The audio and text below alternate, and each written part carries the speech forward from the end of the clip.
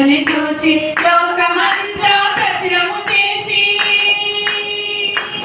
ఆనందముతో ప్రభుని స్తుతించి